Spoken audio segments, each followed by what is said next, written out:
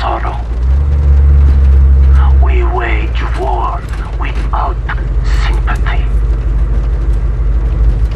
This is the only way to live and die a true soldier.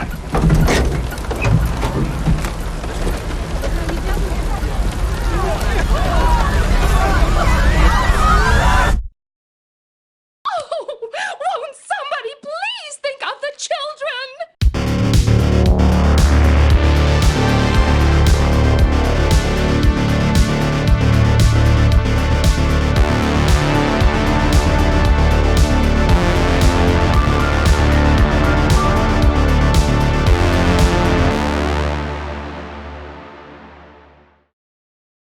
Finally, back and able to make videos. Work has been a drain on my somewhat human soul, and as of late, I've been deathly sick for a few weeks now, but it'll take more than being an adult and space aids to kill this Mandalorian.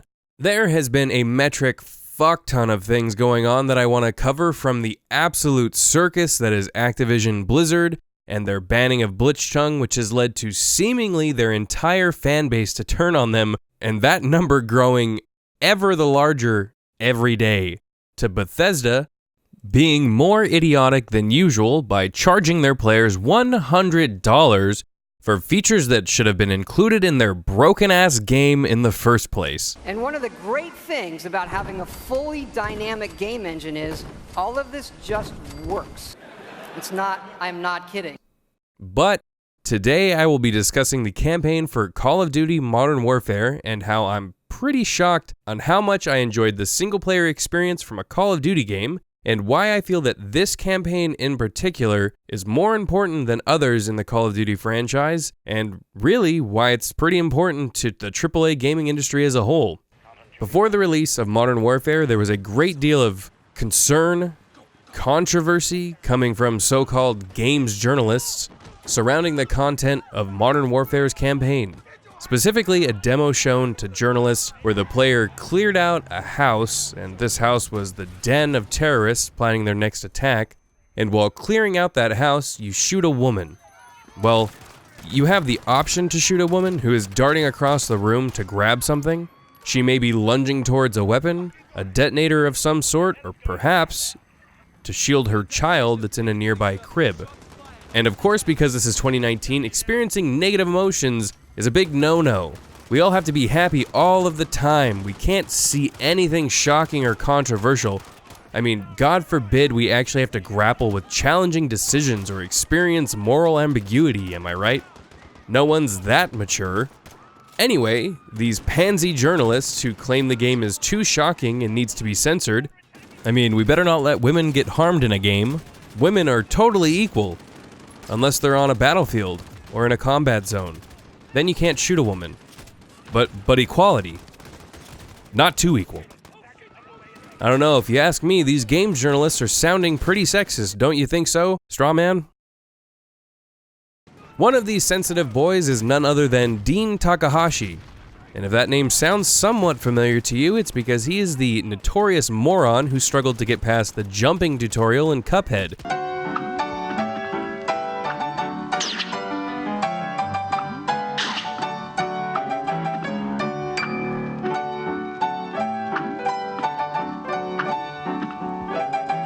And then he went on to ream the game for its difficulty. Here's what Takahashi had to say about Modern Warfare's campaign from the demo that he saw. I have been a Call of Duty fan from the first game in 2003, but I have never wondered about this question before until now. Should this particular game, Call of Duty Modern Warfare, be made? The small glimpse I've seen so far tells me no. I was quite uncomfortable as I watched a gameplay demo of Modern Warfare, which is more than just a remake of 2007's Call of Duty 4 Modern Warfare. The demo, which will be shown at Electronic Entertainment Expo Game Trade Show in June, has two parts. In both cases, the safety of civilians come into question. It's almost like, in modern conflicts, the line between civilian and combatant can be blurred. I wonder if the developers were going for something more realistic this time around. What do I know? I'm just somebody who actually plays games.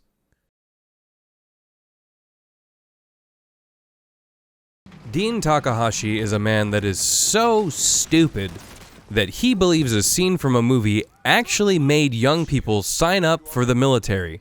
Let's look at the next quote from this same article. I think that the anti-war movie Apocalypse Now, which had made the memorable Ride of the Valkyries scene where a mad colonel orders an attack on a Vietnamese village so that the guys can surf. It was an excellent commentary on the insanity of war, but it was executed so well as a combat scene that, in my opinion, it probably inspired a lot of young people to enlist in the military.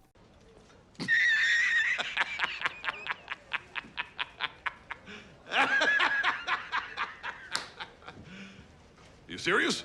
This man is fucking mental. If you think that scene from a movie inspired kids to go sign up for the military, I'm sorry, but you are a fucking retard. I just got done watching Star Wars, a good one, not these shitty ones. Star Wars Episode 4: A New Hope. Darth Vader and Tarkin blew up a planet. It was so effective of a combat scene that it makes me want to go into space and join the Empire. Damn it, I guess this mentally challenged man was right. That's it. Cut the video. The man was right. Pack it up. We're done. We're done here, boys. I'm gonna go on a tangent about this, and I can't do it. I gotta hold off. Let's finish up this article with one last quote. This game will give fuel to those who hate. On one hand, some groups will be outraged that their people are branded as terrorists and enemies. They will share snippets of the game on social media that will take violence out of context. Groups of outraged lawmakers, parents, and non-gamers will turn their ire towards all of gaming. If you're a game developer at the peak of your talents, why would you step into the lion's den? You would have to have a very good reason, and so far, I do not see it. Well, Dean, that is because you are blind and have zero idea what you're talking about. When you say this game is going to give fuel to those who hate, who are you specifically talking about? Do you think that this is going to cause somebody to go out and just kill somebody because they're Muslim or because they're from the Middle East? Because if that is the case, I've just lost all hope for humanity. I didn't think anyone could be this stupid, but here you are proving me wrong. Thank you. And you are going to talk about outrage from non-gamers? I think you fall squarely into that category, Dean. Why would you step into the lion's den? Why even have a creative vision? Why try to push the envelope? You're here to just make a game. Just put out a product and let us consume that product. Don't ask questions. Just consume product and then get excited for next products. Dean asks, is this the kind of medium where themes like this should be explored?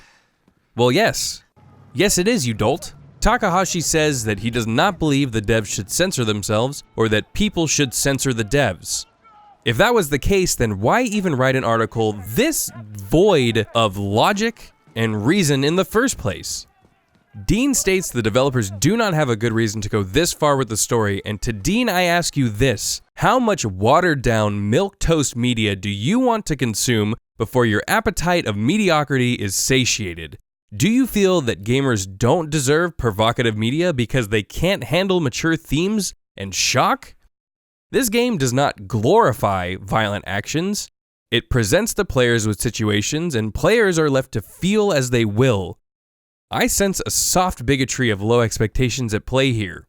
Do us all a favor and stick to games that are more your speed. You can always revisit Social Justice Warriors presents Mass Effect Andromeda. Well, now that Modern Warfare has been released and I've been able to run through the campaign, I have to say that, personally, I feel refreshed when it comes to war stories being told in AAA games. For too long, we've had the atrocities of war downplayed in games for the sake of not offending certain groups of people. And by certain groups of people, I mean the kinds of people that Dean Takahashi represents: idiots. Let's take a look at Call of Duty World War II and Battlefield 5, where they have censored the swastika. I understand that in some countries, like Germany, they censor the swastika and other Nazi imagery like, I don't know, Hitler's mustache. I understand that they do censor these and it is a legality thing. However, I disagree with this practice. As a society, if we attempt to block out these vile atrocities from our past, we will inevitably repeat them. But that's another video and a topic all of its own. These games had campaigns that did not highlight the horrors and hardships of the most brutal and destructive war in human history. Now, this is not to say that every single war game needs to have a dreary and shocking tone, Battlefield Bad Company comes to mind. Get my shit together on a Tuesday. When are we gonna get there? Couple of minutes. Woo, how about that? Oh, RPG! RPG! Yeah, I saw it. Whoa, what the fuck? Now you see these cheap Russian RPGs, they're easy, man. If it's like a javelin, I have to do something really tricky. Can you just get us to the fucking LZ before I have to do something real tricky too? But Battlefield 5 and COD World War II were not going for that campy, fun tone. They were attempting to sell themselves on authenticity and mature storytelling. Over the years, AAA gaming has become more and more sterile, as the gaming industry and its biggest publishers and developers have been content with pumping out these cynical products instead of substantive games. Anthem, Black Ops 4, Ghost Recon Breakpoint, and Fallout 76 are just a few examples that jump to the front of my mind. Modern Warfare's campaign does not shy away from uncomfortable topics that are showing graphic material, and this is a good thing. The subject matter being covered in this game is not a joke, and it does not take things lightly. Chemical weapons, terrorism, and war crimes. These are all realities of war laid squarely at the feet of the player, and if it feels uncomfortable, it's because it is. And I don't want to spoil too much of the story itself, but I want to discuss a certain portion of the game. I'll be as descriptive as I can, but again, I want to stay a little bit vague so I don't ruin anything. But towards the later half of the story, there's a mission where you play as a young girl, and it kicks off to you being covered in rubble. You hear screaming and all hell breaking loose outside, muffled because you're under debris. You try to move, you look to your left and you're pinned down by debris, and you look to your right and you're greeted with the bloated and bloodied face of a woman whose eyes are bulging out of her head due to being crushed. You struggle to free yourself as you hear shouting getting closer to you and the rubble starts to move. It's a rescue crew working to free you from the wreckage. There is metal and rock holding you down, so they bring out this giant saw to cut the metal to finally free you and place you into the arms of your father, who is screaming to find his children and his wife. This is also the mission where you witness a chemical strike on civilians from the point of view of a child. You witness people and animals littering the streets, dying and gasping for air as the enemy forces execute them. This was truly an intense section of the story, and it was very effective in showing the horrors of war and the innocent people that get caught up in conflicts such as those in the Middle East. I find it interesting when game journalists like Dean Takahashi say things like, "This is going to spread hate," when in reality, this had the exact opposite effect, where it makes you feel compassion for people and it makes you see human suffering, and it should, to your core, upset you. Modern Warfare is not a game that sets out to glorify war and the violence of war. While it does have bombastic action, it does not shy away from the violent and the vile. It embraces it and forces the player to be present during these events. So-called games journalists that you might see from IGN and Kotaku would lead you to believe this game is nothing more than a game like Hatred, where you literally just go out and mow down civilians for the hell of it. I think the most jarring part is that, of course, this is in London, and you're crawling through this house. I mean, crawling, you're stealth walking through this house with many people, many teams, many guns. You got your night vision goggles, like you're all suited up. But you're going into a civilian house, essentially, and granted they are terrorists, but it's still weird.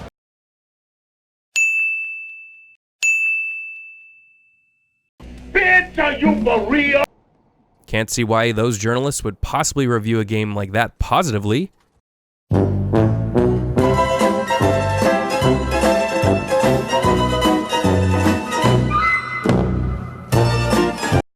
This is not a game that revels in the suffering of others.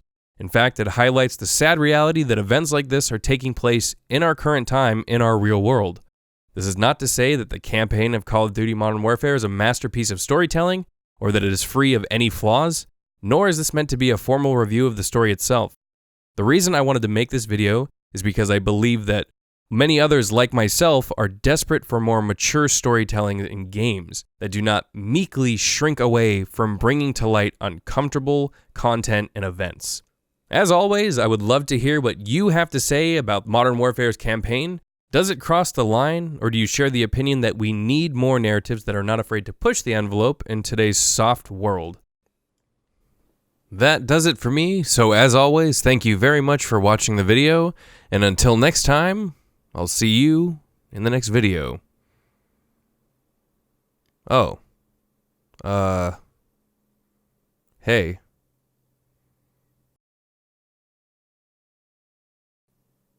What the hell are you?